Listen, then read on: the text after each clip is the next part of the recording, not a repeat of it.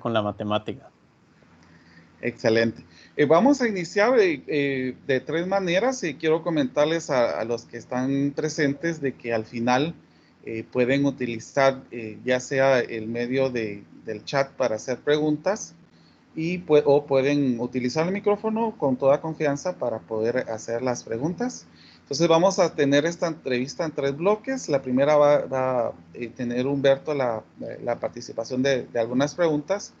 Después continuaré yo para poder seguir con la siguiente sección y por último serían las preguntas del público que se conectó. Entonces, Humberto, te doy el tiempo.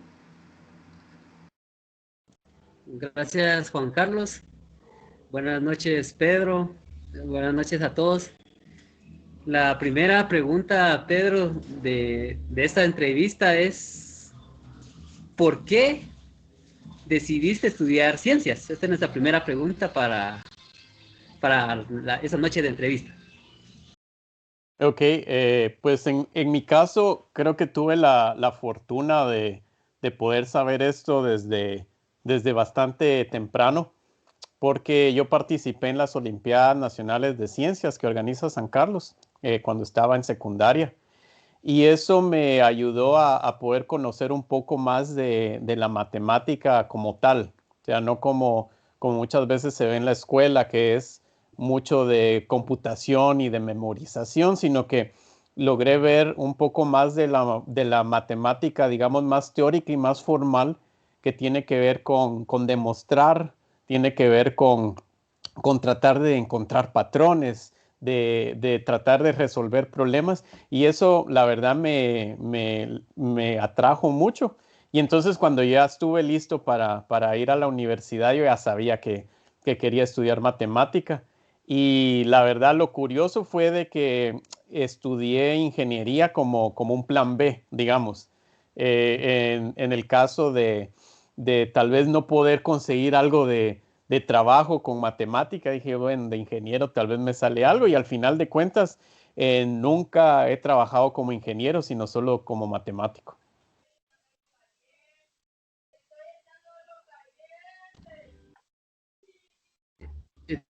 Eh, Tal vez si nos pudieras aclarar un poquito más, entonces, ¿cuál fue tu motivación para estudiar ciencias? ¿Cuál sería tu motivación o fue tu motivación en este caso?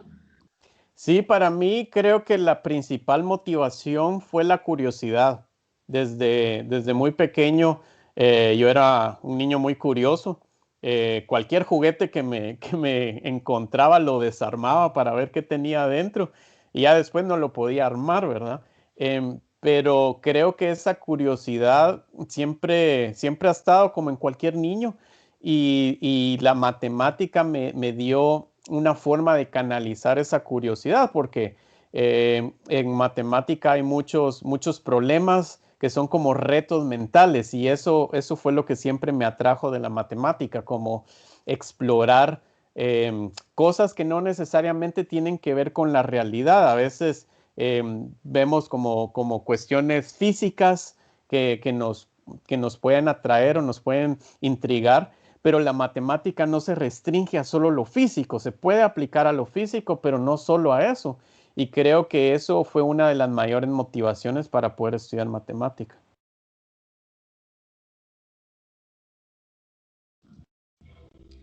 ¿Y cómo accediste a estudiar fuera del país? Bueno, creo que una de las principales razones fue que al yo continuar con mis estudios de licenciatura, em, pues esa curiosidad siempre siguió en mí. Parece que hay por ahí un feedback. Yo subí 10 pesos. Uy, mami. ¿Sí me escuchan bien? Ya estoy hablando, ¿por qué no me da? Una entrevista con un... Creo que alguien tiene el micrófono abierto y por eso se escucha el feedback. Sí. Ahorita lo vamos a apagar, permíteme. Ok, sí se oye bien ahí, mejor. Sí, se oye muy bien. Ok, perfecto.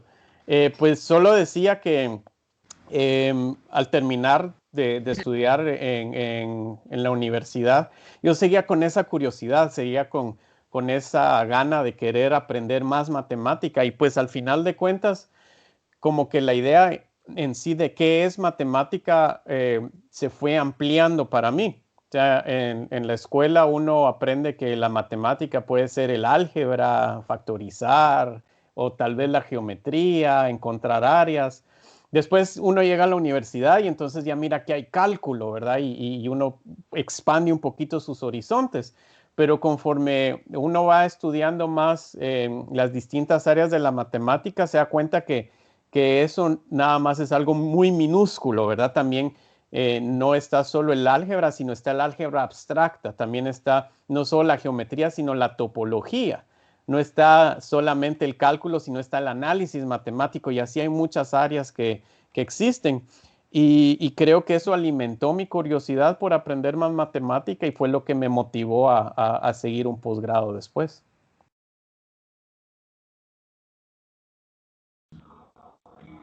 Obviamente, encontraste dificultades en tu proceso de estudios. O sea que nos podrías compartir cuáles fueron esas dificultades y cómo las venciste. Claro, yo creo que todos tenemos dificultades, a veces en las mismas áreas y a veces en áreas muy diferentes, ¿verdad? En lo particular, creo yo que un reto con la matemática siempre es la persistencia. Siempre la persistencia es algo muy importante porque por alguna extraña razón pensamos que la matemática solo la pueden hacer los muy inteligentes, ¿verdad? Solo alguien que es genio puede destacar en matemáticas y uno a veces dice como incluso para sí mismo, como, no, yo solo doy clases, como que hasta haciéndose de menos, ¿verdad? Y creo que ese es uno de los retos más grandes que debemos de superar. En primer lugar, el tal vez como no dimensionar el valor del esfuerzo y la persistencia. Yo creo que eso es algo muy, muy importante, que desde cuando yo empecé a participar en Olimpiadas internacionales, fui a varias Olimpiadas internacionales representando a Guatemala. Ese es uno de los retos más grandes que poco a poco uno se enfrenta y empieza a resolver, que es el tener paciencia, el tener persistencia y el tener disciplina.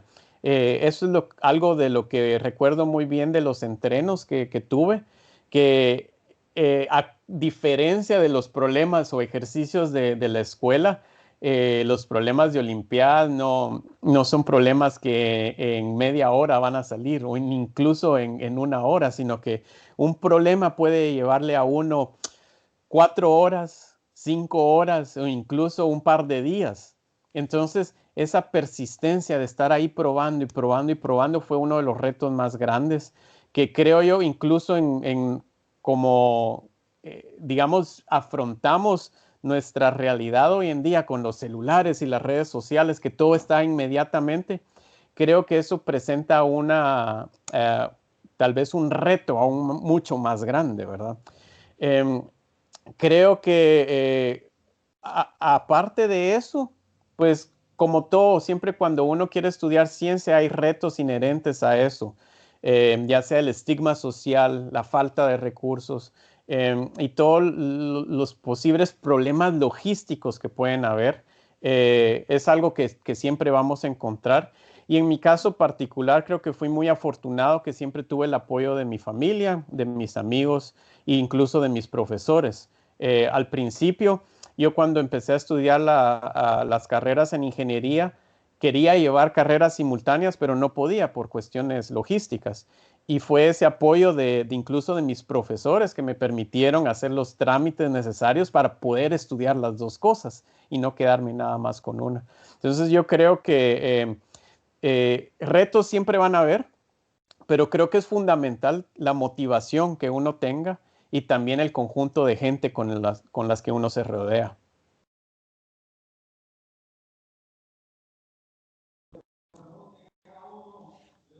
Entre todas tus aventuras estudiantiles que has tenido y de aprendizaje, ¿hay experiencias positivas que has tenido al estar fuera del país? Sí, yo creo que una de las más gratas que me ha pasado es que yo estudié el doctorado con otro amigo de Guatemala. Éramos dos amigos de Guatemala que estábamos en el mismo programa de doctorado. Y recuerdo en particular una vez que estábamos hablando con un amigo en común que es de acá, de Estados Unidos, y él nos decía, por ustedes yo tengo una imagen de que los guatemaltecos son muy inteligentes, porque nos decía que nosotros dos éramos los únicos guatemaltecos que él había conocido en su vida. Y entonces nos decía, ustedes me están haciendo tener el estereotipo de que todos los guatemaltecos son buenos para la matemática. Entonces, eso en realidad pues fue algo bonito de escuchar, porque uno sin querer, de cierta manera, al seguir sus sueños, al seguir, digamos que su carrera académica, no es nada más por uno, sino también lleva el peso de una comunidad, de una familia e incluso de un país. Entonces creo que para mí eso fue algo bastante bueno de experimentar.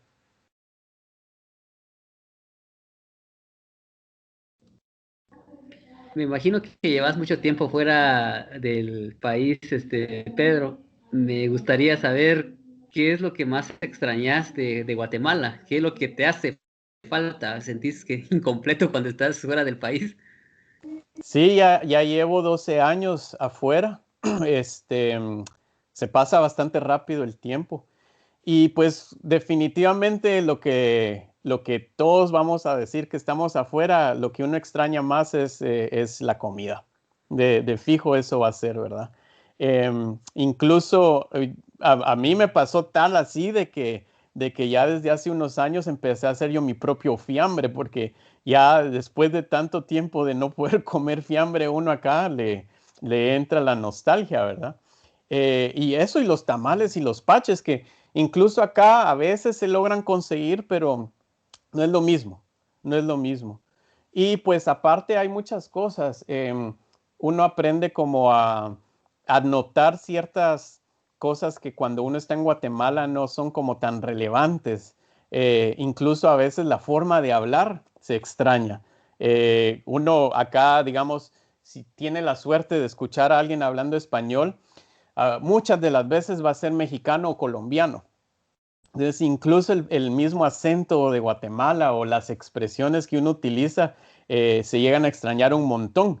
De hecho, el otro día vi la película esta de Puro Mula y fue como tan bueno poder escuchar esas frases e incluso el acentito de uno, ¿verdad? Entonces, ya después de bastante tiempo se aprenden a reconocer esas cosas. Excelente. Bueno, como vos decís, al estar ya fuera del país, uno empieza a extrañar inclusive hasta cosas tan mínimas, ¿verdad? El escuchar hasta la marimba, inclusive yo creo que allá donde vos estás, pues tampoco es de tanta celebración como es aquí, de que aquí se queman cohetes por cualquier celebración, ¿verdad? Bueno, Pedro, vamos a entrar a la siguiente sección. Me gustaría, bueno, sabemos de que matemática tiene varias ramas. ¿Nos podrías explicar cuál es la rama o tu enfoque de estudio que vos estás teniendo en este momento? Sí, yo me especialicé en física matemática, que básicamente es la aplicación de métodos matemáticos hacia áreas de la física. Como dijiste al principio, en especial yo me especialicé en métodos de funciones zeta o de funciones espectrales, con aplicaciones a teoría cuántica de campos, que es la física de lo muy pequeño, ¿verdad? Em, Esto, digamos que si lo pudiera clasificar un poco, tiene que ver, digamos, es un poquito multidisciplinario incluso dentro de la misma matemática, porque incluye elementos de análisis de variable compleja, análisis funcional, geometría diferencial. Y lo bonito es que tiene aplicaciones, diríamos que un poquito teóricas, pero que van avanzando hacia el nivel práctico en la física. En especial, trabajé con algo que se llama o se conoce como el efecto Casimir, Y este efecto Casimir no es el de las telas, sino que es un efecto que de hecho fue descubierto hace muy poco, hace aproximadamente 70 años. Es algo bastante nuevo y tiene que ver digamos, con la física de lo muy pequeño, que hasta hace unos años no era relevante, pero ahora con la nanotecnología es algo muy importante. Y este fenómeno geométrico es muy curioso porque nos dice que a escalas muy pequeñas los materiales tienden como a comprimirse. O sea, no es un efecto de gravedad, no es un efecto, digamos, que nosotros experimentamos a nuestras escalas, sino que a escalas muy pequeñas, por la misma geometría del universo, se presentan estos efectos cuánticos. Y lo que yo hice fue tratar de modelar cómo se comportan ciertas configuraciones. Como mencionaste ahí, las configuraciones de pistones fue en lo que hice mi tesis doctoral. Entonces, en eso me he centrado en aplicaciones, sobre todo a efectos de teoría cuántica, y también tangencialmente a aplicaciones en teoría de números. Esas son mis dos grandes ramas, digamos. Y en los últimos años también me he dedicado mucho a la investigación en educación de matemática. Entonces, digamos que la investigación un poco más teórica, más pura, la complemento también con esta parte un poco más aplicada, por decirlo así. Realmente qué interesante, porque realmente como matemático vos tenés accesibilidad a muchas ramas, porque inclusive pues todas las ciencias utilizan la matemática como una herramienta. Y por eso es de que la mayoría de personas piensan que matemáticas solamente son números y son comprensiones que se puedan tener. Sin embargo, pues la matemática es mucho más. Esto tiene bastantes aplicaciones. Yo cuando inicié a estudiar, yo también estudié ingeniería electrónica, te cuento. Pero cuando yo no sabía, a diferencia tuya, yo no sabía que había una licenciatura en matemática. Entonces, esa fue la situación que después me quedé con ¿cómo se llama? El saborcito de seguir, porque a mí desde pequeño también me apasionó bastante las matemáticas. Pero continuando con las preguntas, Pedro, ¿vos qué conocimientos considerás como básicos que se necesitan para estudiar la rama que vos estás teniendo en este momento? Digamos que básicos en general, a cómo se maneja en Estados Unidos y en general también en Europa, cuando uno busca una maestría en matemática o un doctorado en matemática, en un posgrado en matemática, siempre las áreas básicas son las que mencioné antes: álgebra abstracta, análisis real y topología. Esas son las tres áreas básicas que generalmente se cubren en los primeros años de un doctorado o de una maestría.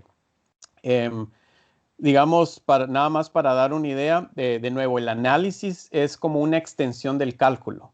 El cálculo es una pequeña partecita del análisis matemático, pero podemos verlo de esa manera: el análisis matemático es una extensión del cálculo.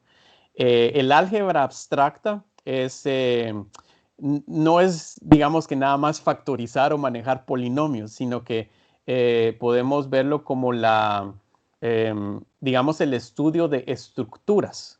Eso es algo que, como lo que pudiera describir que es el álgebra abstracta. Tal vez vos como electrónico lo habrás visto con grupos o digamos, en codificaciones se ven matrices. Las matrices son elementos de un álgebra. Y la topología es como una generalización de la geometría. La topología, literalmente, topología quiere decir el estudio de las formas. La topología es llevar un paso más allá a la geometría. Entonces, esas tres áreas son las básicas para poder estudiar cualquier rama de la matemática.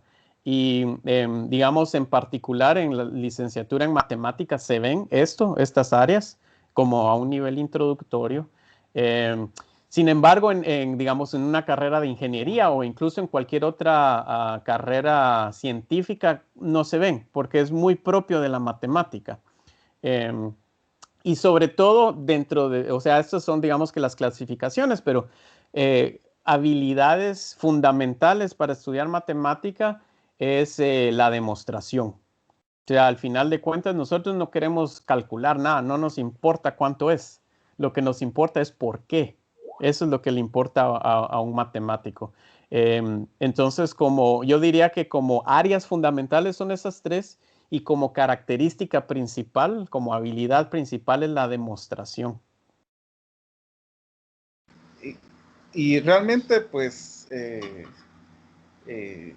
efectivamente, la parte de demostración es la parte que amplía más el conocimiento de alguna propiedad o algún teorema, inclusive.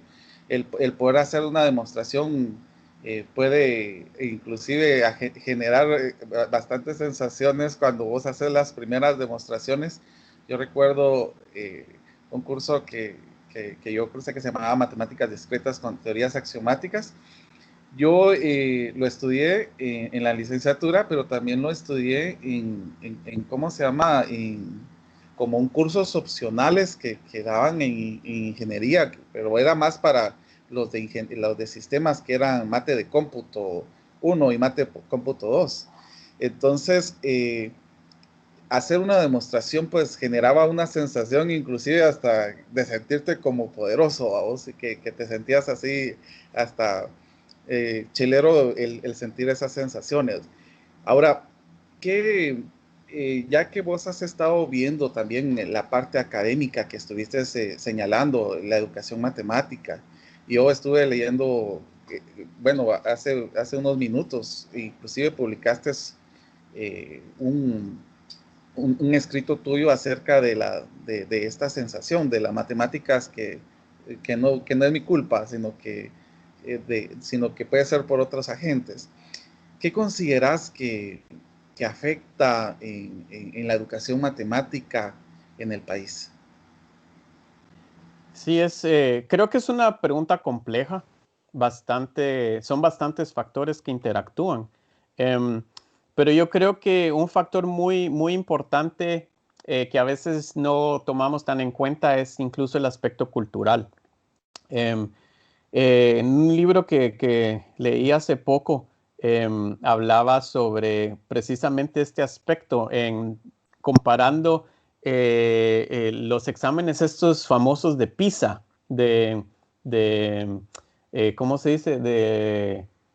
Del performance académico en varios países, ¿verdad? Que tienen un área de lectura y un área de matemática. Guatemala no hace el PISA como tal, sino hace un PISA-D, que es PISA para países en desarrollo. Y pues lastimosamente no hemos salido muy bien en esos exámenes, pero en este libro en particular trataba de analizar las notas de los alumnos, sobre todo en países desarrollados. Y había algo bien curioso en cómo se distribuían estas notas, porque los países asiáticos eran los que tenían mucha más, se me va la palabra, pero presentaban mucha más fortaleza en el área de matemática.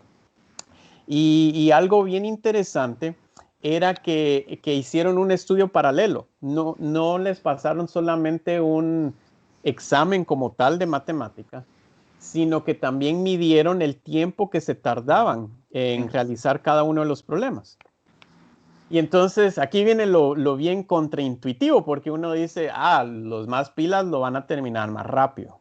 Es lo que nuestra mente tercermundista nos dice. O sea, yo siempre digo, Guatemala no es un país tercermundista, el tercermundismo lo tenemos aquí en la mente. En realidad lo que pasa es que los países en los que los alumnos dedicaban más tiempo al examen tenían mejores resultados. O sea, los que se desesperaban menos rápido, ¿verdad? Los que aguantaban más eran al final los que salían mejor. Y digamos que un análisis paralelo a eso hacía este autor con la herencia cultural de cada uno de estos países y en especial se enfocaba en el crecimiento del arroz. Él comparaba ciertos países, sobre todo China, con Estados Unidos, hacía esa comparación de que, pues al final de cuentas, la gran mayoría de países en el mundo son agrícolas, incluso Estados Unidos es un país agrícola, eh, pero las siembras son distintas.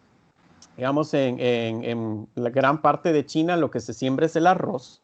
Y yo no sé si vos conocés, si ustedes conocen el proceso de sembrar arroz, pero es bien jodido. Primero hay que nivelar el terreno así a nivel, como hacen los albañiles para hacer casas. Se tiene que aplanar completamente el terreno. Se tiene que usar agua y no mucha agua porque si no se ahoga la siembra, no muy poca agua porque si no se muere. Y este es un proceso que se tiene que ver diario.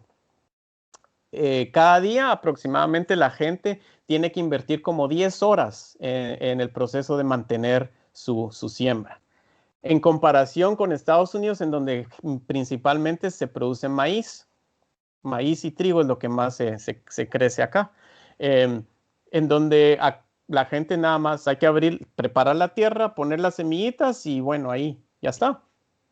Entonces, el proceso es bien diferente.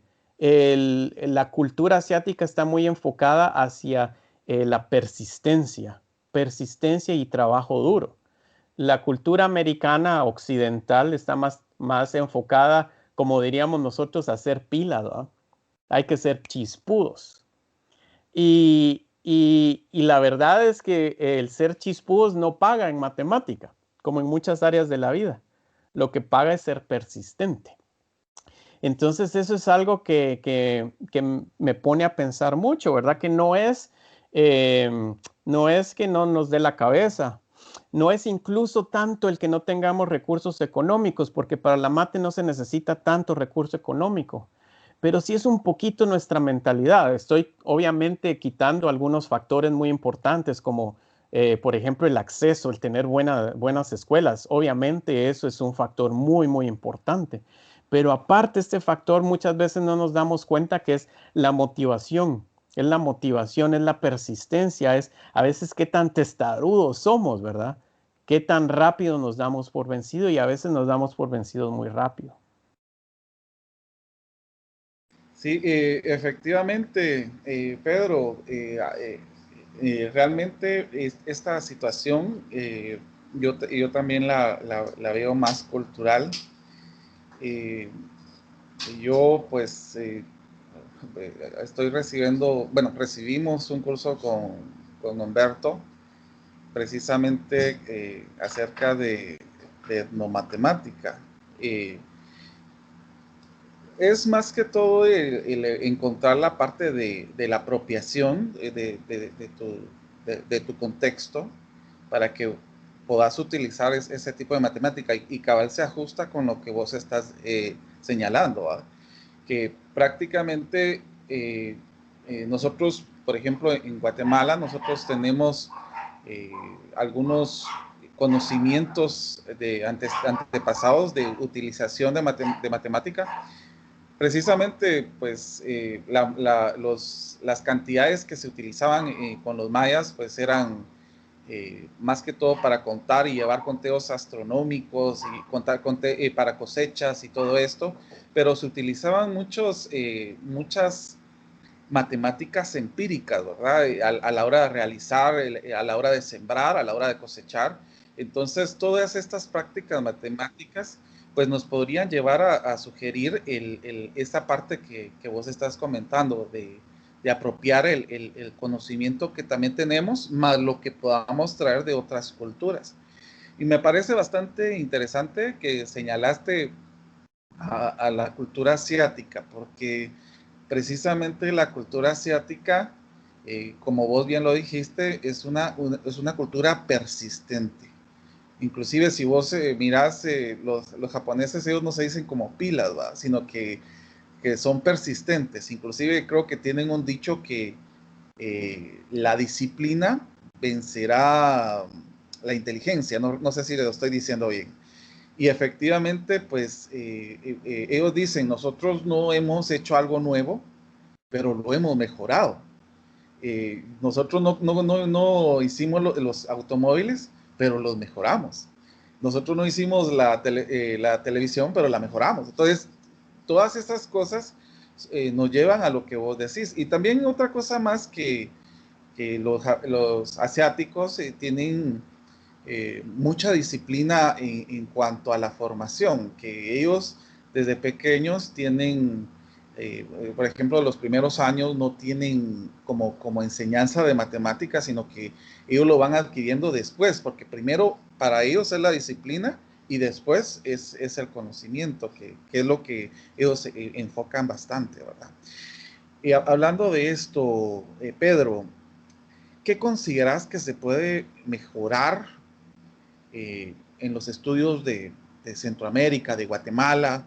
¿Qué aconsejarías vos para que aquí hay docentes de matemática? ¿Qué les podrías aconsejar para eso?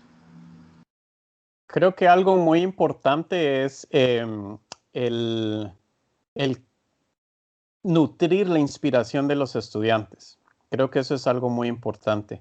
Sobre todo porque en la matemática un montón de resultados importantes pueden ser hasta contraintuitivos. Un ejemplo muy clásico es, por ejemplo, con las sumas. Algo tan sencillo como las sumas. Si, por ejemplo, un alumno pequeño, ¿verdad?, me dice, o le pregunto yo, ¿cuánto es 4 más 2? 4 más 2, ¿verdad? 4 más 2, ¿cuánto es 4 más 2? Y él me dice 1. Yo puedo decir, no, eso está mal, eso no sirve, ¿verdad? Pero 4 más 2 puede ser 1. Y de hecho hay una teoría en matemática que se llama la aritmética modular, en donde eso puede resultar cierto. Por ejemplo, ¿verdad? Digamos algo un poquito más tangible, sería si yo digo 10 más 5 es igual a 3. 10 más 5 es igual a 3, ¿verdad? Muchos dirían, no, eso no puede ser, ¿verdad? No, eso está malo, completamente malo. Sin embargo, eso lo hacemos todos los días, porque si yo les digo, ¿saben qué? A las 10 de la mañana no puedo hacer la entrevista, mejor dentro de 5 horas. Entonces todos automáticamente me van a decir, entonces es a las 3 de la tarde. Y 10 más 5 es igual a 3. Entonces, creo que uno de los pecados que a veces hacemos como profesores es que les cortamos las alas muy rápido a los alumnos. Por varias razones, ¿verdad? Por varias razones. Y una razón muchas veces es que nada más miramos lo que el alumno dice, pero no interpretamos lo que puede estar pensando. Y que es algo muy difícil. Es algo muy difícil. Porque pasa como con los bebés, con los niños. Los alumnos muchas veces, a la par de estar desarrollando conceptos matemáticos, están desarrollando el lenguaje matemático. Entonces no pueden, digamos, que transmitir bien sus ideas matemáticas, sino que solo balbucean cosas. O sea, al igual que un niño, ¿verdad? Llora si tiene hambre, llora si tiene sueño, llora si, digamos, necesita cambiar el pañal. Usa como que los mismos métodos de comunicación para cosas distintas. Los alumnos muchas veces son muy parecidos. Utilizan términos incorrectos, aunque en su mente los términos estén correctos.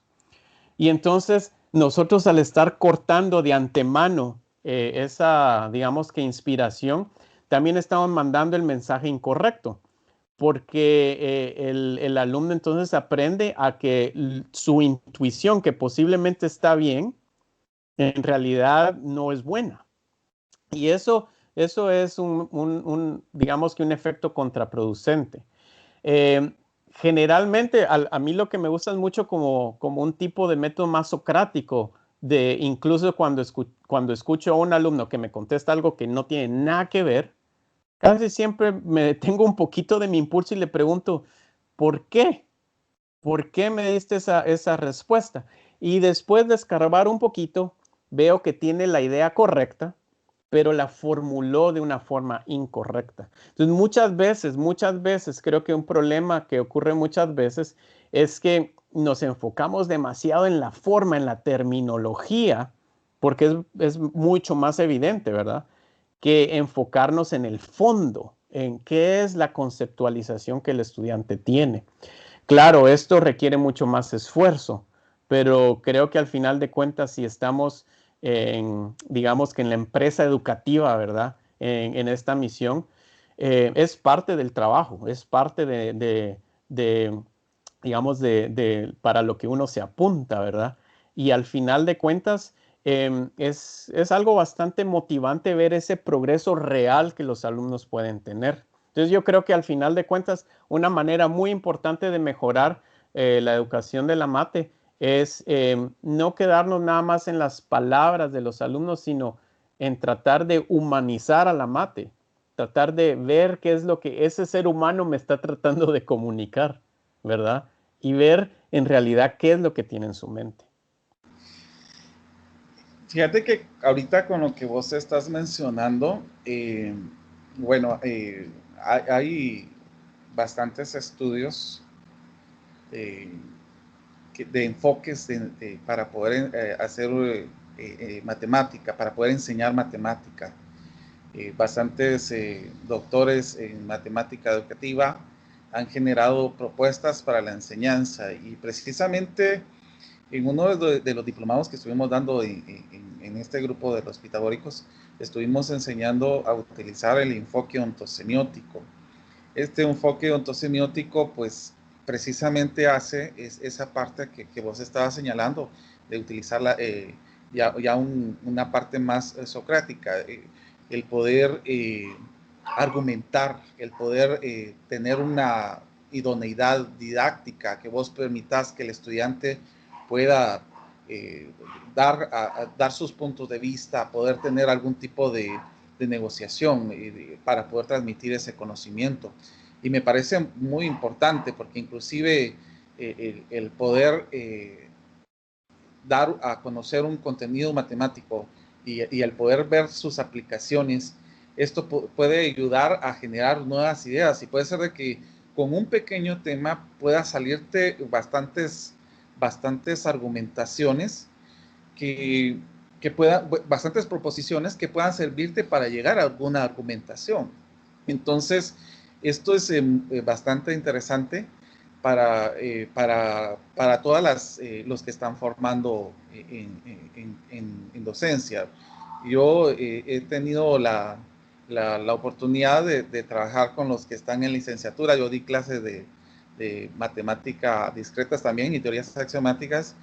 Y también he estado trabajando con un grupo de ingeniería y me he dado cuenta de varios factores por ejemplo, las bases, pues los conocimientos previos, que se le conoce como conocimientos fundamentales, vienen como un poco débiles, ¿verdad? Y entonces ahí es donde uno tiene que empezar a fortalecer, hasta llegar a tener ese conocimiento básico para poder comenzar con un tema. Y en sí, realmente, pues es como se ha tenido que trabajar, porque por ejemplo, cuando yo trabajo con ingeniería, yo les digo, bueno, detengan su momento, muchachos, porque aquí tenemos que aprender bien este tema, porque cuando tengamos que verlo en cálculo, esto nos va a servir. Y pues es así, pues, o sea, si vos mirás las aplicaciones, o vos enseñás las aplicaciones en cálculo, y que ellos puedan utilizarlo ya después en un cálculo superior, pues genera bastantes confusiones si la base no está sólida. Entonces, son cosas que a nosotros nos sirven para fundamentar y qué excelente también que vos también, bueno, vos sos profesor también, que vos impartís clases y pues esto también nos genera también a nosotros esa idea de hacer esas negociaciones, de hacer esas intervenciones, de poder tener esas proposiciones para llegar a alguna argumentación y poder concluir ya con algo más fundamental, que es lo que se busca, ¿verdad? Pedro, me gustaría que nos dijeras, imagínate que no tengas la opción de estudiar ciencias. ¿Qué otra carrera hubieras elegido? Pues es una pregunta bien, creo que difícil, ¿verdad? porque igual creo que necesitaría algo que como que me ayudara con esa curiosidad que siento que la matemática me proporciona. Um, Cuando yo estaba en secundaria, tuve una etapa en la que ya me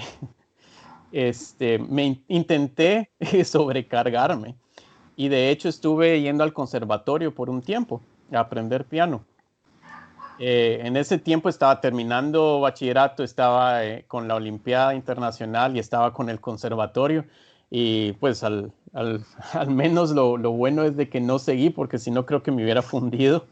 Eh, pero creo que la música algo artístico creo que me hubiera traído mucho.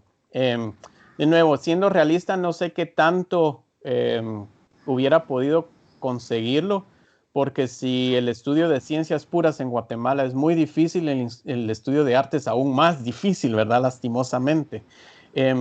Pero digamos que viendo un poquito hacia atrás, durante mi doctorado, al final de cuentas, la mayoría de mis amigos terminaron siendo de la escuela de música, no de matemática, ni de física, ni de química, sino que la gran mayoría de mis amigos eran pianistas, violinistas, cantantes. Entonces creo que algo por ahí me hubiera llamado la atención.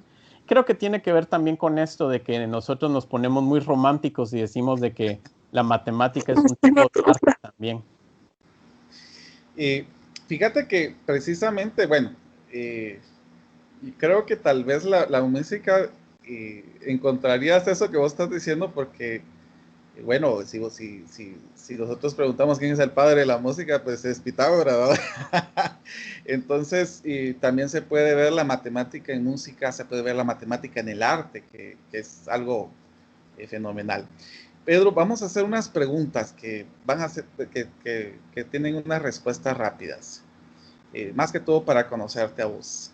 Un color. Creo que azul. Azul. Muy bien. Género musical. Rock progresivo. Rock progresivo. Un deporte.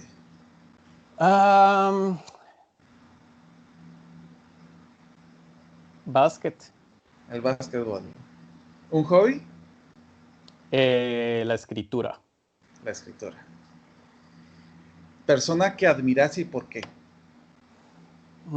Hay un montón, pero tal vez más recientemente, porque acabo de leer su libro, Michelle Obama, porque creo que promueve la superación personal desde un punto de vista de ver el potencial de la gente, y eso me gusta mucho. No de victimizar a la gente, sino de potencializar a la gente. Y creo que comparto esa visión. Un sueño de niño. Ser matemático. Tu comida favorita. Esa está difícil. Yo creo que ya, después de estar tanto tiempo acá, los tacos. Los tacos. Un superpoder. Volar. Volar. Tu fortaleza. Persistencia. Una debilidad. Depende del día. Disciplina. Disciplina. Pedro, te agradecemos mucho todos estos aportes. Me gustaría, bueno, aquí en Guatemala y creo que en varias partes de Centroamérica te consideran a vos como un logro y alguien que pueda ser un ejemplo a imitar. ¿Qué podrías recomendar a los que quisieran seguir tu ejemplo? Pues yo creo que lo más importante, aunque suena un poquito cliché, creo que lo más importante es buscar dentro de uno mismo, digamos que ese camino que quieres seguir. Muchas veces dando clases uno se encuentra alumnos con, digamos en la universidad, con que están estudiando, por ejemplo, ingeniería en sistemas porque es lo que está de moda. Acá encuentro muchos que están estudiando medicina porque da dinero. Y muchas veces esos alumnos no logran realizarse. Muchas veces terminan nada más como postergando el encuentro consigo mismos.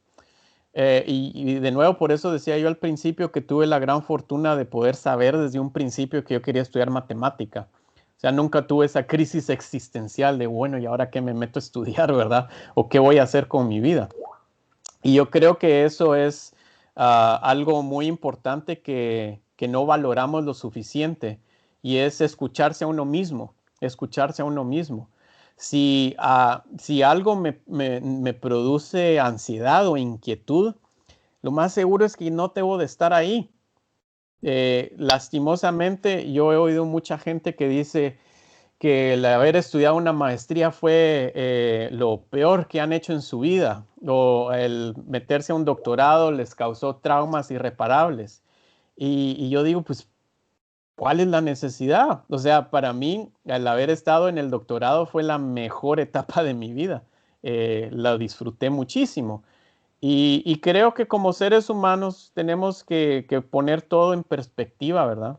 Al final de cuentas, la vida se acaba, como dicen, ¿verdad? La juventud se va. ¿Y para qué malgastarla en algo que ni me llena ni me da provecho?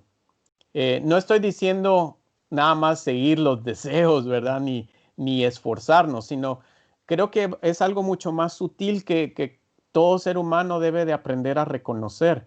La diferencia entre esfuerzo y sufrimiento. Creo que esa es una diferencia muy importante, que entre más rápido nos pongamos a meditar en eso, más vamos a disfrutar de la vida. Igual solo tenemos una. Entonces, yo diría que eso vale para todo, no solo para las ciencias, no solo para una carrera. Creo que muchas gentes, por ejemplo, tengo en la mente un amigo en particular de ingeniería, que después de haber estudiado su ingeniería, creo que fue civil, tiró toda la basura y ahora es director de teatro, que eso era lo que le llenaba a él. Y entonces uno dice, ¿para qué gastarse unos 5 o 7 años de la vida? Mejor regresar a lo que en realidad uno le mueve, ¿verdad? De nuevo, es un camino distinto para cada uno, pero al final de cuentas creo que todos llegamos a ese punto en la vida en decir, ¿qué es lo que en realidad a mí me toca, ¿verdad? ¿Qué es lo que me mueve a mí? ¿Qué es lo que me inspira? Y de nuevo, esa diferencia entre esfuerzo y sufrimiento es bien importante de notarlo. Bien, Pedro, vamos a iniciar con rondas de preguntas por los que están presentes. Algunos, pues, vos sabrás de que algunos no se animan a hablar en micrófono. Entonces, a los que no, Humberto y yo vamos a estar leyéndotelas para que así las sepas. Pero si alguien quiere usar el micrófono en este momento, queda abierto para el que quiera.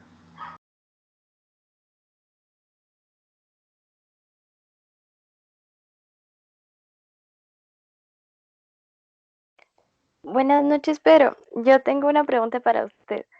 Ok, buenas Mi nombre noches. es Gwendolyn y me gustaría saber cómo le hizo con respecto al reto del idioma, porque obviamente cuando se empieza a aprender un nuevo idioma, se puede centrar en cierta área, ¿verdad? Aprender a tener una conversación formal, normal, acerca de un día cotidiano o algo así. Pero ¿cómo le hizo para poder enfocar el idioma en el área tan compleja de la matemática? Sí, gracias, Wendell. Pues digamos, como bien mencionas, son dos áreas, ¿verdad? Es el idioma cotidiano, ¿verdad? El que va uno a usar con la gente, digamos, cuando uno va a comprar al súper y eso, y el otro es el idioma técnico, ¿verdad? Con el idioma técnico siento que tuve la ventaja, digamos que en su momento tal vez no lo era ventaja, pero después lo fue, de que la mayoría de libros que usábamos en la licenciatura eran en inglés, no habían libros en español.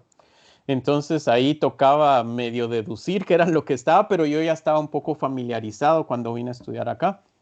De hecho, creo que el reto personal para mí fue más con el idioma coloquial, el del día al día, que pues al final de cuentas uno nunca termina de ser 100% bilingüe, ¿verdad? hay gente que tiene más facilidad que otros. Incluso yo tengo una amiga que conocí en Texas, que ella también de Guatemala, ganó una beca para estudiar en la Universidad de Texas y ella no sabía nada de inglés, cero de inglés. Y en 6 meses le metió con todo. Parte de su beca tenía una porción de aprender el idioma por 6 meses. Increíblemente ella estuvo a nivel para empezar su beca en 6 meses. Entonces creo que sí se puede. Al final mi experiencia propia fue mucho de, digamos, podría decir de humildad en el poder reconocer de que no entiendo algo y decírselo a la otra persona como, ¿qué quiere decir? ¿Será que me lo puede repetir? Y, y es también algo que uno aprende a no sentirse avergonzado de eso, porque después uno empieza a escuchar bien cómo hablan los gringos y no hablan muy bien que digamos.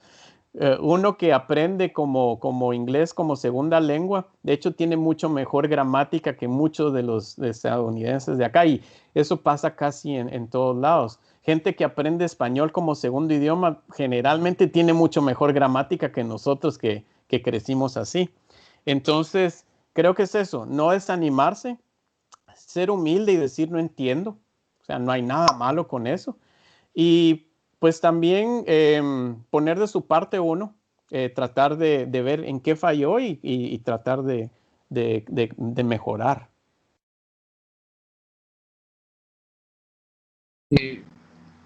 No,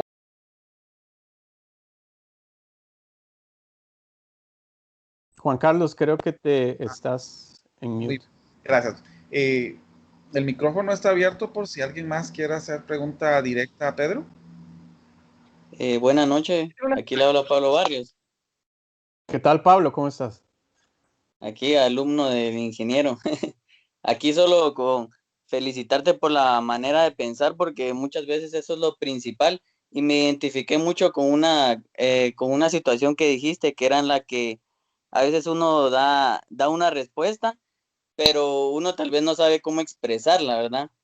Y a veces siento yo también de que como tal vez por los catedráticos, como ellos tienen que cumplir con un cierto tiempo, y a veces hay muchos alumnos también, siento que eso afecta bastante también a la hora de lo que mencionaba, de verdad, de identificar a cada persona por como que entrarle un poquito más en las respuestas que uno da.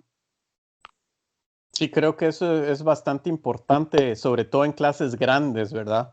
Yo acá doy clases, digamos, este trimestre voy a tener un total de casi 500 alumnos. Y es un reto bien grande tratar de poder controlar una clase así.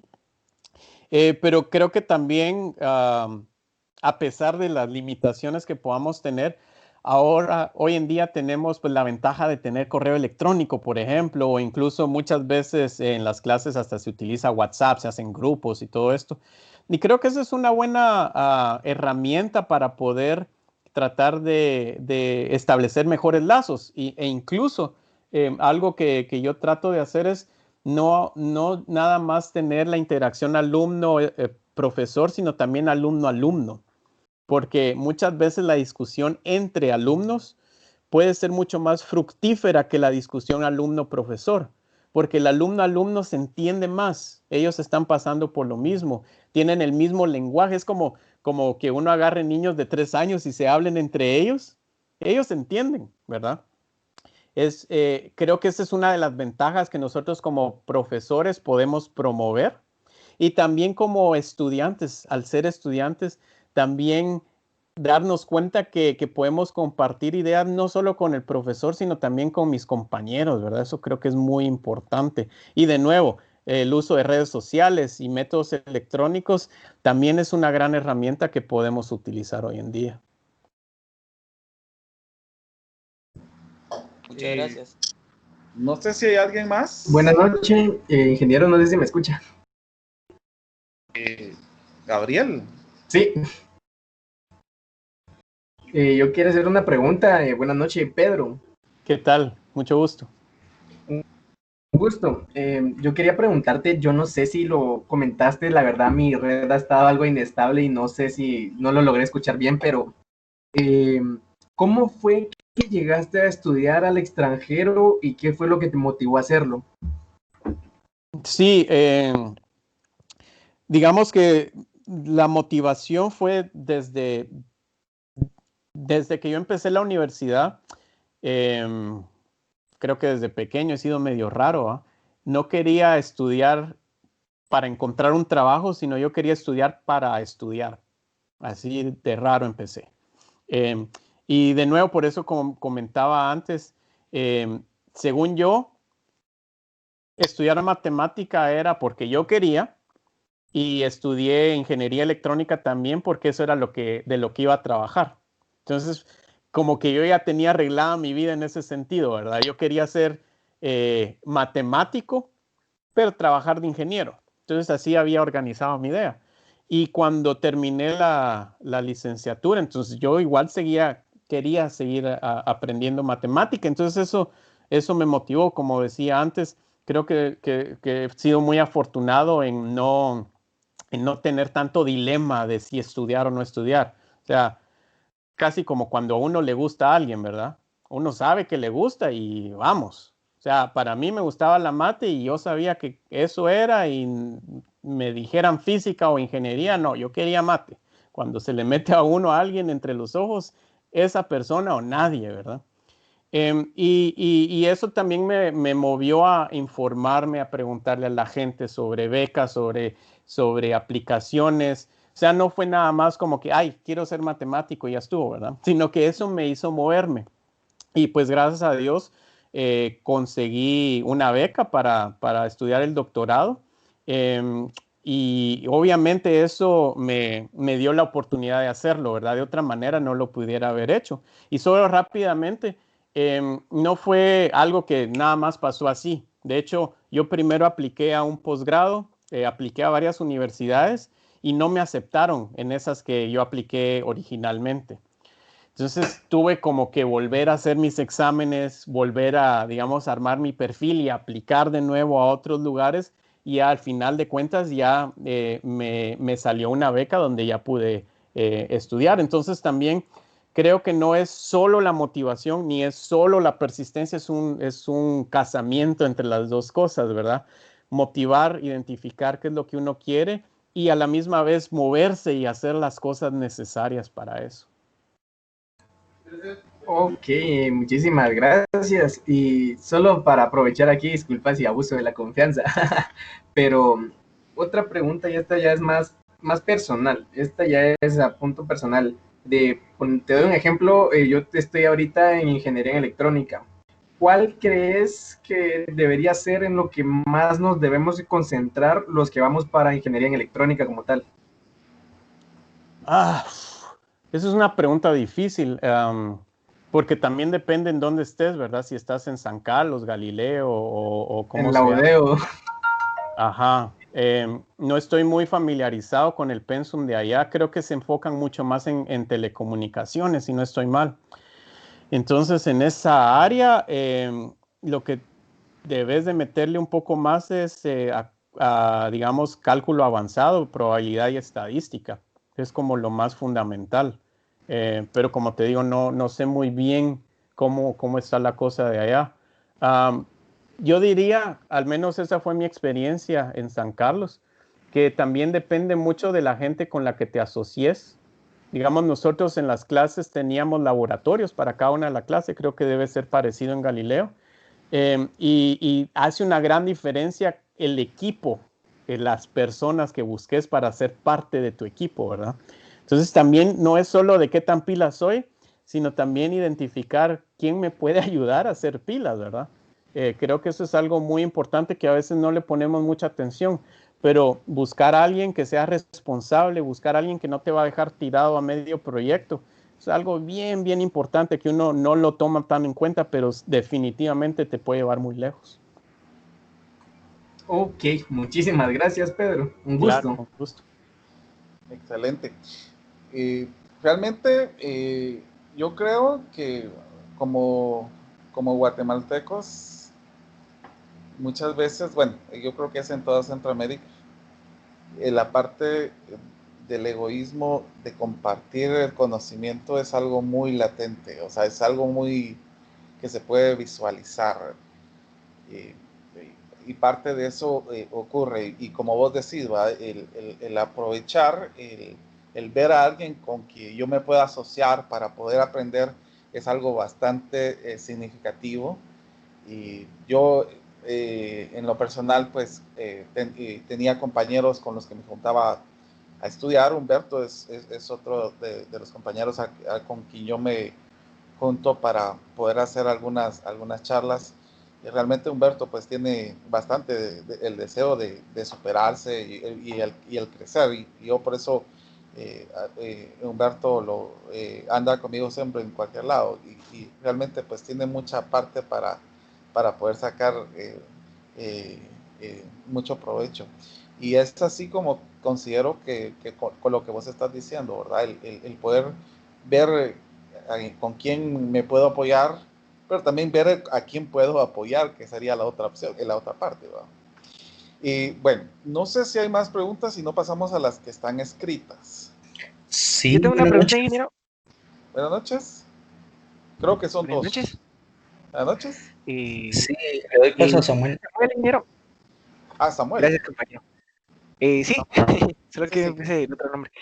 Yo tengo una pregunta para Pedro, apoyando lo que decías hace un momento y lo que acaba de mencionar el ingeniero. Aparte de eso, tengo una pregunta.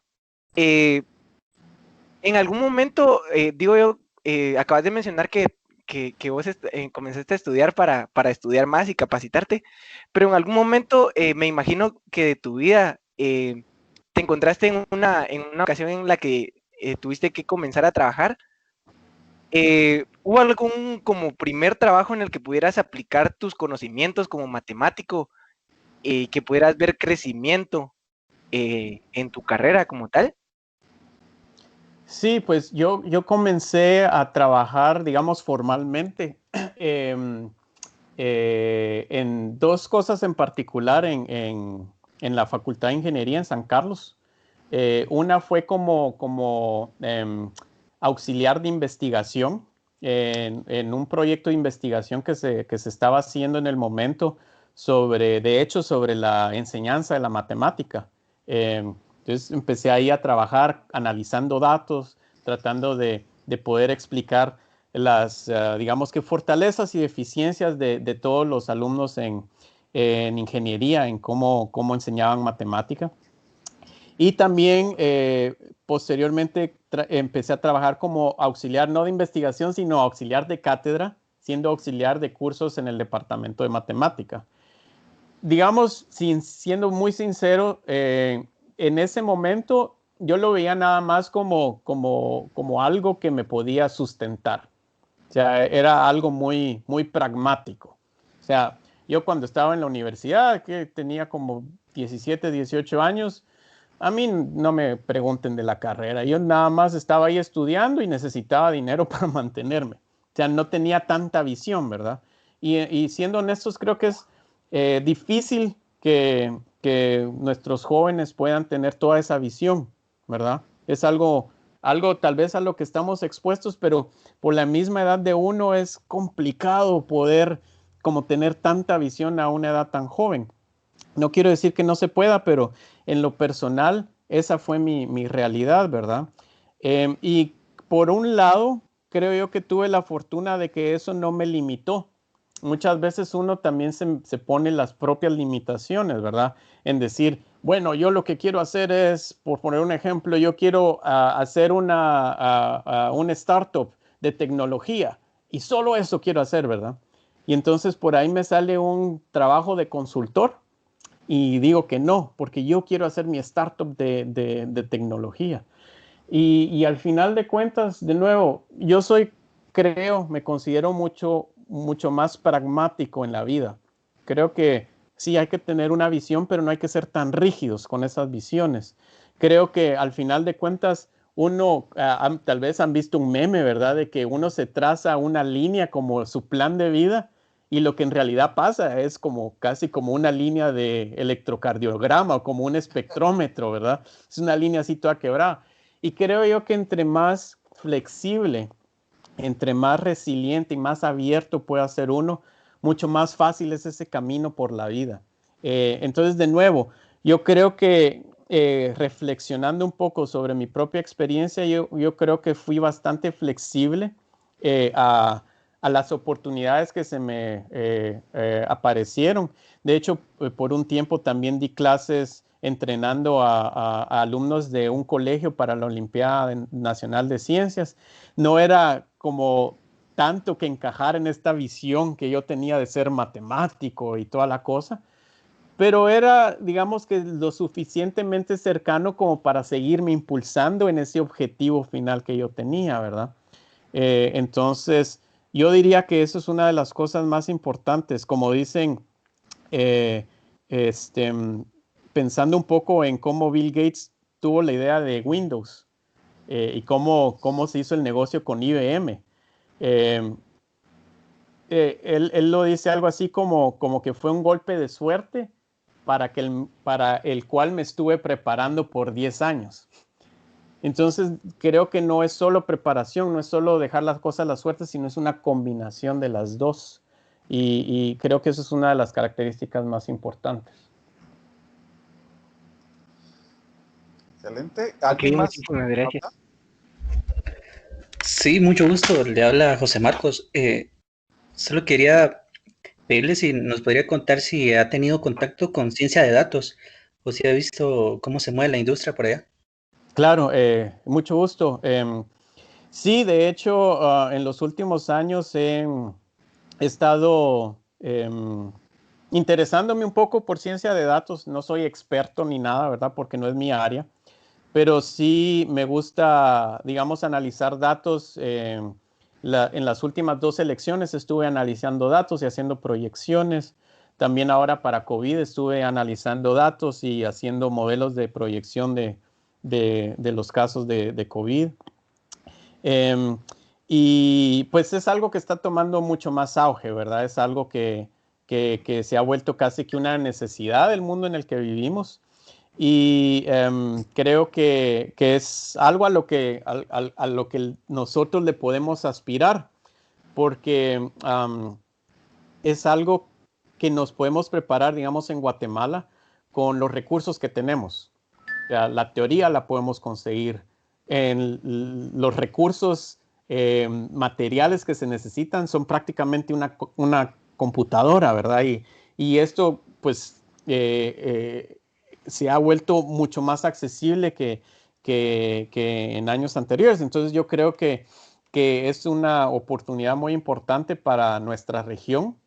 Y de hecho, pues El Salvador es alguien que de hecho nos lleva bastante ventaja con cuestiones tecnológicas y que al final de cuentas yo lo veo un poquito preocupante que Guatemala ya no es el referente en Centroamérica en cuestiones de ciencia y tecnología.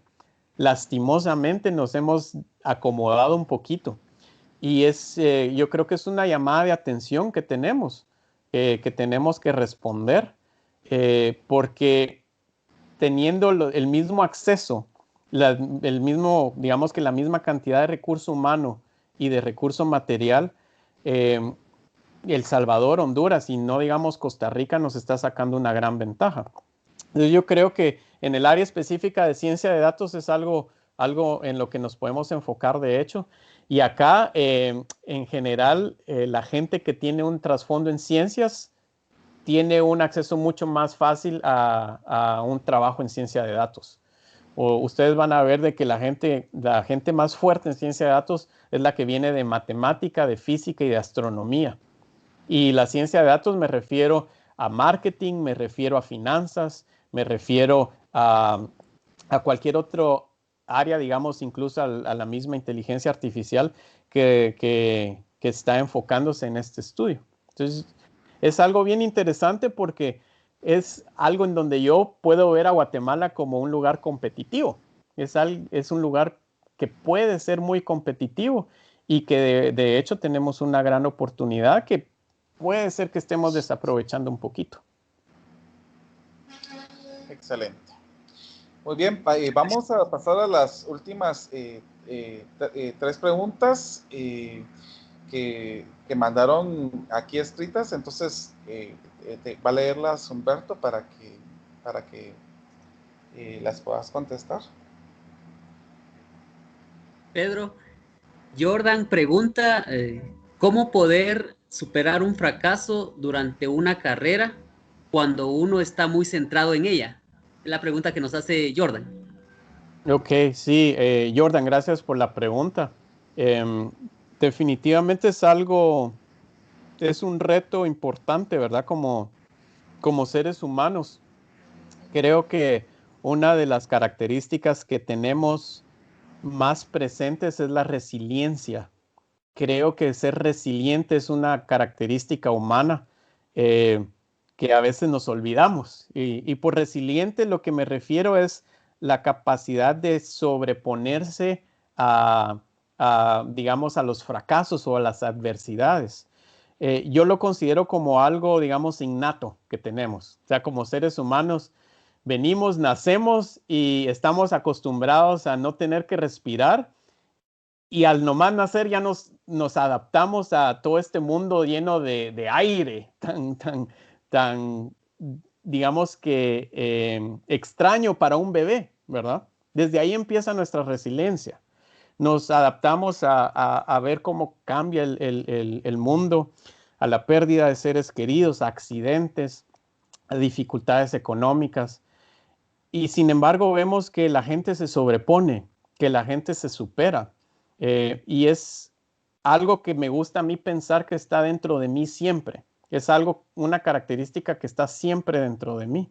Y creo que eso es algo bien importante cuando encaramos situaciones difíciles. Claro, estas situaciones van a cambiar de cada persona, ¿verdad? Para algunas personas perder a un ser querido es una, digamos que situación muy dura, o incluso enfrentar algún divorcio, tener algún fracaso económico o un fracaso profesional. Son cuestiones muy, muy difíciles, incluso enfrentar una enfermedad mortal, ¿verdad? Pero yo creo fervientemente en el espíritu humano. Creo que es algo que nos puede ayudar a sacar cualquier tipo de adversidad que tengamos. Y de nuevo, no quiero sonar como un disco rayado, pero también recordarnos de que no estamos solos, ¿verdad? Por muy introvertidos que seamos, sobre todo en una cultura como la nuestra, la de Guatemala, siempre vamos a tener amigos, familia o incluso personas que no estén tan cercanas a nosotros, pero compañeros de trabajo, incluso compañeros de la escuela, que nos pueden apoyar a salir adelante. Creo que eso es algo muy importante. Y sobre todo, y tal vez con eso quisiera terminar esto, es que es bien importante el darnos cuenta, primero que todo, que los fracasos son parte del camino y que los fracasos no lo definen a uno. Uno no es un fracaso. Uno no es un fracaso. En dado caso, uno es la visión que uno tiene, pero nunca un fracaso. Uno es su futuro, no su pasado. El pasado pues ya pasó. A veces cuesta sobreponerse, pero uno no es su pasado. Uno muchas veces es su futuro. Y creo que al cambiar de esa perspectiva le puede ayudar a uno a sobreponer cualquier adversidad. Aide pregunta, ¿qué comentario le merece el tema del ajedrez en la matemática y qué tan práctico es jugarlo? Pues yo creo que cualquier tipo de actividad mental es buena. Creo que así como nosotros debemos de ejercitar nuestro cuerpo, también debemos de ejercitar la mente. Es algo muy importante, ¿verdad? Pues ahora con el COVID decimos de que hay que hacer ejercicio, mantenernos activos para no ser vulnerables a este virus. De igual manera, creo que hay otro virus que está presente en nuestro mundo hoy en día, que es la falta de criterio, es estas noticias falsas, las teorías de la conspiración. Ese también es un virus, por algo decimos que son virales, ¿verdad? Y la forma en combatir eso, creo yo que es la ejercitación no del cuerpo, sino de la mente. Entonces, definitivamente, practicar deportes como el ajedrez o el Go, por ejemplo, creo que son una muy buena estrategia, no necesariamente para tener, digamos que una preparación con la matemática, sino que en general como una formación integral. Claro, hay muchos enigmas y rompecabezas que tienen que ver con la matemática y el ajedrez y resulta muy fascinante. Y creo que es un muy buen reto mental, creo que es algo muy bueno. En lo personal yo no soy muy bueno para el ajedrez, la verdad necesitaría practicar mucho más, pero definitivamente es algo que creo que es muy importante. Ciber pregunta, ¿quién lo motivó desde pequeño que le gustaran las matemáticas? Sí, en lo personal, creo que más que motivarme específicamente en matemática, creo que una de las cosas más importantes fue la motivación de mi familia a seguir, digamos que aquello que me atraía, ¿verdad? O sea, eventualmente fue la matemática lo que me atrajo y siempre tuve el respaldo de mi familia, que en lo personal fue muy importante. Y aparte, tuve maestros de matemática muy, creo que muy ávidos en poder fortalecer esa motivación hacia la matemática, no como decía antes, ¿verdad? Que hay muchos maestros que cortan las alas. Creo que yo tuve la gran fortuna de encontrarme con maestros que me empujaban más a volar, no me cortaban las alas. Y creo que eso es lo que nosotros podemos hacer, ya sea como maestros, como padres, como amigos o como compañeros. No solo en las matemáticas, ¿verdad? Sino en cualquier otra cosa. O sea, podemos tener algún amigo que sabemos que le gusta mucho la pintura. Creo que nosotros podemos ayudarle a fortalecer esa motivación. O podemos tener un alumno que es muy bueno para la literatura. Podemos nutrir esa información. O si tenemos un hijo que le gusta mucho, qué sé yo, la cocina, pues hay que motivarlo. Yo creo que el tener esa red de apoyo es bien importante. Pedro, finalmente Walter nos pregunta si hay alguna literatura que nos recomendaría sobre matemática y educación. Sí, pues hay mucho, como Juan mencionaba antes, ¿verdad? Hay mucha investigación hecha sobre la enseñanza de la matemática.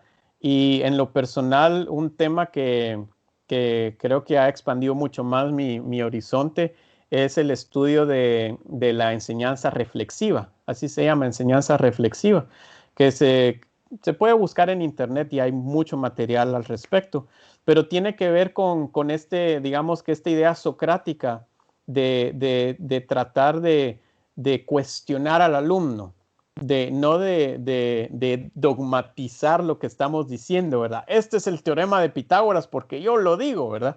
Sino que la matemática tiene mucho de ese cuestionar y de generar el conocimiento, no de absorber el conocimiento, sino de generarlo. En específico, esta idea de la enseñanza reflexiva creo que logra tocar muy bien eso. Y pues ahí puede encontrar muchísimo contenido al respecto. Pedro, realmente pues quiero agradecerte por, por todo lo que pudiste compartir. Realmente pues como había hablado con vos, lo que queríamos era conocer al Pedro no, que logró bastantes cosas y cómo las pudo lograr. Nosotros sabemos tus éxitos y en algún momento pues nos gustaría que nos hablaras acerca de esto que de lo que estabas mencionando, de la educación. Me hubiera gustado, tal vez en un futuro me hubiera gustado, me gustaría que estuvieras en una charla así.